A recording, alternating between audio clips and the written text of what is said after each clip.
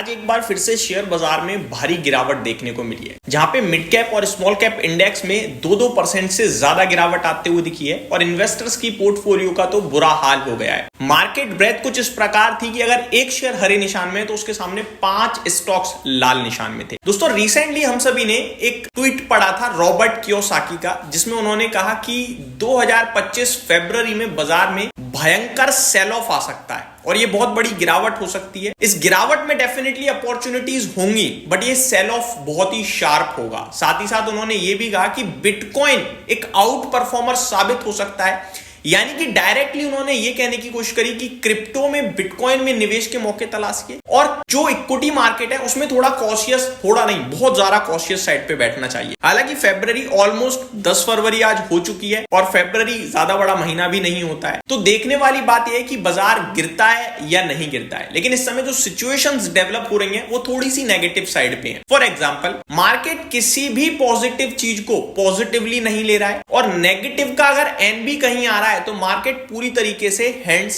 Up कर देता है और धड़ाम हो जाता है। फॉर एग्जांपल, आपने अच्छा बजट देखा, बाजार ने कोई रिएक्शन नहीं दिया। आपने आरबीआई की पॉलिसी में इंटरेस्ट रेट कट देखा, बाजार ने कोई रिएक्शन नहीं दिया। आपने दिल्ली इलेक्शंस में बीजेपी की जीत देखी, बाजार ने टोटली अवॉइड, इग्नोर कर दिया। तो ये हमें क्लियरली दर्शा रहा है कि मार्केट किसी भी पॉजिटिव चीज को पॉजिटिवली लेने के लिए तैयार ही नहीं है। बाजार में सिर्फ बीच बीच में छोटे छोटे उछाल आ रहे हैं, लेकिन इवेंचुअली सेलिंग ही हो रही है। अब आता हूं अगले बड़े ट्रिगर पे। अगर नेगेटिव की बात करें तो नेगेटिव आपको देखने से नहीं मिलेगा। दो चीजें नेगेटिव है, पहली ट्रम्प साहब का टैरिफ और दूसरी भारत की थोड़ी स्लो इकोनॉमी। अगर तीसरा ट्रिगर डालना चाहो तो एफआईआई की सेलिंग की वजह से हमारा रुपया कंटिन्यू बेसिस पे कमजोर होता जा रहा है। तो ये कुछ बड़े कारण हैं जिसकी वजह से भारतीय बाजार गिर रहा है। लेकिन इस बीच में दोस्तों एक और बड़ा कमेंट आया है एस नरेन जी का। अब ये एस नरेन जी कौन है, मैं आपको पहले ये बताना चाहूंगा। आईसीआईसीआई प्रू एएमसी के फंड मैनेजर हैं एस नरेन जी। अब इन्होंने क्या कहा है वो समझिए। इन्होंने कहा है कि मिड कैप और स्मॉल कैप से समय है बाहर निकलने का, क्योंकि इनके वैल्यूएशंस आज भी हाई हैं इतनी करेक्शन के बावजूद। ये कह रहे हैं कि इन्वेस्टर्स का आज भी mid cap small cap funds में पैसा आ रहा है और जब पैसा आ रहा है तो फंड मैनेजर्स को वहां पे पैसा लगाना पड़ रहा है, जिसकी वजह से उस क्षेत्र में पैसा कंटिन्यू बेसिस पे आ रहा है। तो वो वैल्यूएशंस को जस्टिफाई नहीं कर पा रहे हैं। आप without any reason small cap और मिड कैप को खरीद रहे हो बिकॉज इन्वेस्टर्स उन स्कीम्स में पैसा डाल रहे हैं। लेकिन सही समय है कि आप निकल जाओ, जिसमें ऑलरेडी मिड कैप और स्मॉल कैप स्टॉक्स 25-25, 30-30% करेक्ट हो चुके हैं और इंडेक्स की बात करें तो 15 से 20% तक करेक्ट हो चुकी है। इसके बावजूद एस नरेन जी का मानना है कि आप अपनी पोजीशन हल्की कीजिए। अब आते हैं दोस्तों आगे थोड़ा सा वीडियो में। अगर रिसेंटली नेगेटिव चीजों की बात करें तो ट्रम्प साहब के टैरिफ की बात करें तो वीकेंड पे ट्रम्प साहब ने अनाउंस करा कि स्टील और एल्यूमिनियम जो भी उनके देश में आता है उस पे 25% तक का टैरिफ बढ़ाया जा सकता है। ये डेफिनेटली पूरी देश दुनिया के लिए बड़ा नेगेटिव था और उन्होंने ये भी क्लियर करा कि अब वो कोई पर्टिकुलर कंट्री बेस्ड टैरिफ नहीं लगाएंगे, वो एक यूनिवर्सल टैरिफ लेके आ रहे हैं। वो अपने सारे ट्रेडिंग पार्टनर्स के ऊपर टैरिफ लगा देंगे, जिससे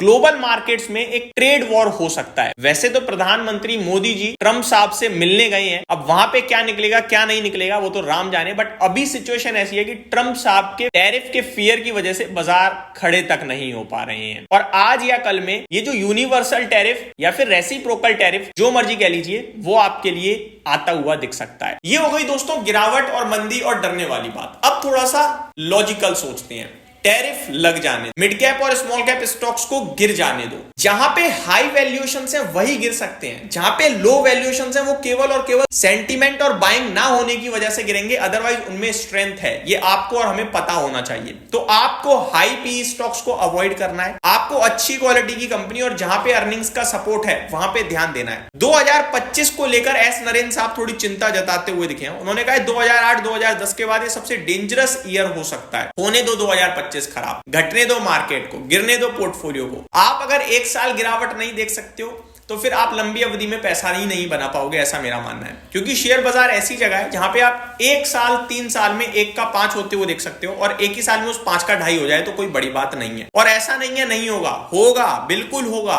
पहले भी हुआ है। जिसने 2015 में पैसा लगाया था 7,000 का निफ्टी था, 2020 में निफ्टी 12,000 हुआ, 5 साल में 7 का 12 हुआ और 12 से वापस 7.5 हो गया 3 महीने के अंदर। यानी 2015 में जिसने पैसा लगाया वो 5 साल बाद दोबारा वहीं आके खड़ा हो गया। और अगर यही सोच के वो पोजीशन छोड़ देता और वो कहता शेयर बाजार में आज के बाद कभी वापस नहीं आऊंगा, तो आप देख लो वो क्या मिस करता है। क्योंकि 2020 से आज की डेट में निफ्टी 7,500 वाला 23,300 पे है।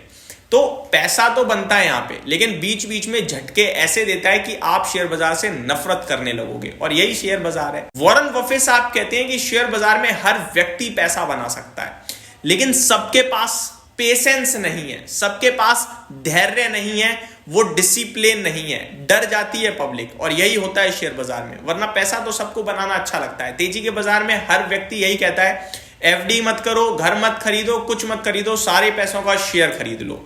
और जब बाजार गिरता है तो कहता है ये बेकार है, सट्टा है, जुआ है, बर्बाद कर दिया इसने मुझे। और यही शेयर बाजार की हकीकत है। गिरावट हो रही है इस समय, नेगेटिव बोल रहे हैं लोग। ये सेंटीमेंट मीटर है एक तरीके से, जो आपको दिख रहा है कमेंट बॉक्स में, जहां पे लोग कह रहे हैं सब बेच दो, ये होगा वो होगा। एस नरेंद्र साहब आईसीआईसीआई प्रू एएमसी के फंड मैनेजर तक कह रहे हैं कि मिड कैप स्मॉल कैप से बाहर हो जाओ। जिसमें आगे अगर बात करें, ये टाइमिंग करने की बात कर रहे हैं दोस्तों सब लोग। अब टाइमिंग करना बहुत मुश्किल है शेयर बाजार में, क्योंकि आप आज बेच नहीं सकते, आप हाइस पे नहीं बैठे, आपकी पोर्टफोलियो ऑलरेडी 30% नीचे है। अब यहां से एडिशनल 30% घट जाएगा, ये लोग सही हो जाएंगे, लेकिन आप सही नहीं हो पाओगे। तो ये सारी चीजें आपको समझ में आनी चाहिए। उम्मीद करता हूं दोनों तरफ की बातें करी, करंट सिचुएशन में क्या दिख रहा है, कितनी नेगेटिव सिचुएशन बन रही है, और इस समय सब लोगों का क्या व्यू बन रहा है। सब नेगेटिव है, वो मैंने आपके साथ शेयर किया। लेकिन अगर आप हिस्ट्री उठा के देखें तो वो आपको बताएगा कि आगे ऐसा नहीं रहने वाला है। आगे ठीक हो जाएगी सिचुएशन, बट आपको पैनिक झेलना पड़ेगा। अब उस पैनिक को झेलने के लिए क्या आप तैयार हो? क्या यहां से 50% और टूट जाए, आप डटे रहोगे तो फिर ठीक है, और नहीं डट पाओगे तो फिर धीरे धीरे पोजीशन हल्की करो, यही कह सकते हैं। उम्मीद करता हूं ये वीडियो आपको पसंद आई होगी। Thank you so much for watching this video. जय हिंद दोस्तों।